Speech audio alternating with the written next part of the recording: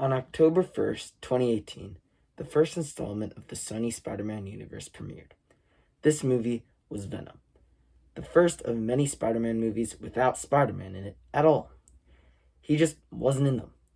Now, you would expect a Spider-Man movie without Spider-Man in it to immediately flop, but that wasn't the case with Venom. It made $855 million on a budget of $100 million.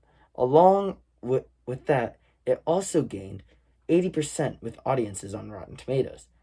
Just don't pay attention to the critic score. Nevertheless, fans responded well to the film, but there was one question on everyone's mind. Where was Spider-Man? Theories circulated around the internet, and anticipation grew for the next Venom film. Some of the most popular fan theories included the prospect of Spider-Man interacting with Venom for the first time on the big screen since 2007. And by the time the movie came around, people were pretty excited. But then we ran into a problem. What's going on, Spider-Man fans? It's me, the X-Men guy, and today we're going to be talking about Sony's history of lying to their fans through trailers, post-credit scenes, and more to get them to see their films. Allegedly. Don't sue me. Yeah, but all this is alleged. We don't know if they were intentionally lying to us. It could have just been deleted scenes, But yeah, let's get into the video.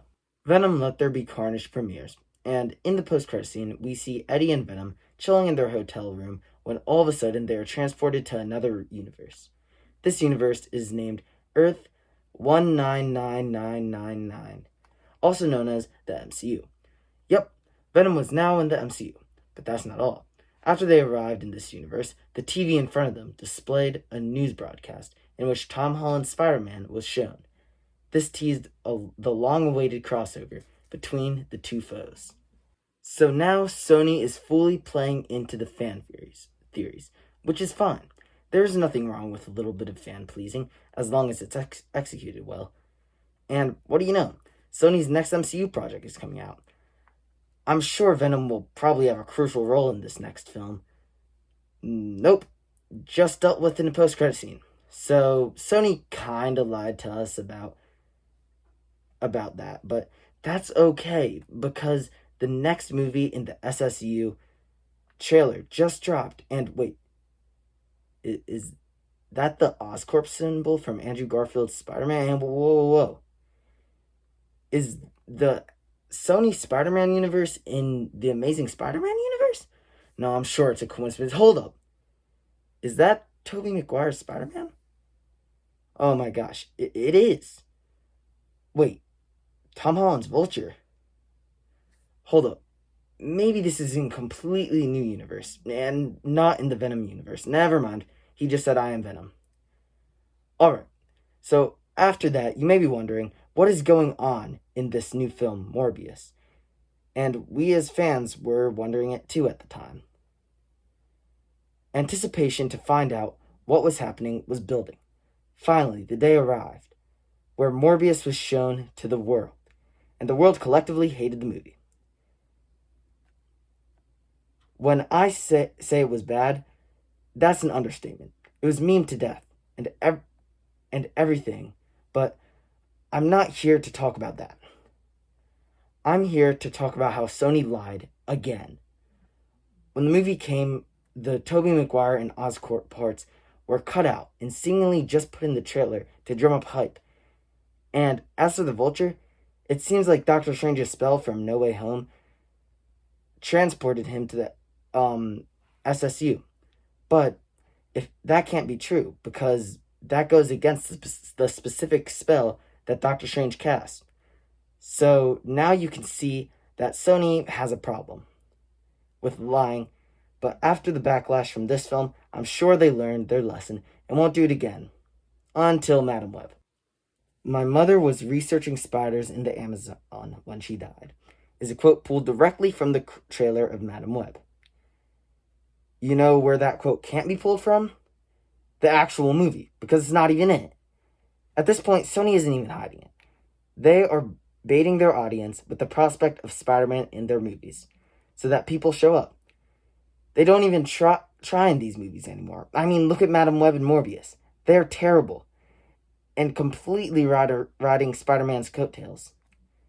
And let's not forget the new Spider-Woman that they show in the trailer, only for them to suit up and do spider things for only one scene. It's like Sony doesn't even care anymore. But fine, go ahead, Sony. You can lie and make crappy movies. It's only going to hurt yourself. Oh wait, it's not just hurting Sony. It's hurting the MCU too. A few weeks ago, I was talking with a friend, making fun of Madam Web, as any normal person would do. And my friend mentioned something about Madam Web being in the MCU. I had to correct him and say, it's not actually in the MCU, it's in Sony's universe. And he was surprised. But this isn't just one person. There are so many people out there that think Madam Web is in the MCU, and it's hurting Marvel's image. But maybe, after all this, Sony will finally stop. Luckily, we may have some hints on if they will or not. 2 trailers for upcoming SSU movies have been released, and we can look there to see if Sony is still teasing Spider-Man. Let's start off with the trailer for Kraven the Hunter. Yep, they're doing it again. As you can see in the trailer, spiders descend down on Kraven from their webs. Now, this is obviously a nod to Spider-Man, but the real question is, will these spiders even appear in the movie? Only time can tell. Moving on to the next trailer, we have Venom 3. Now, it's time for some classic Sony confusion. First, we get a nod to the MCU, where we see the same bard that debuted in No Way Home post-credit scene. So, is this MCU in the MCU? Who knows? The background looks different, the bartender has a different hairstyle, and isn't Venom outside of the MCU? Yet again, we remain confused. Oh, you thought it was over? Nope, there's still more.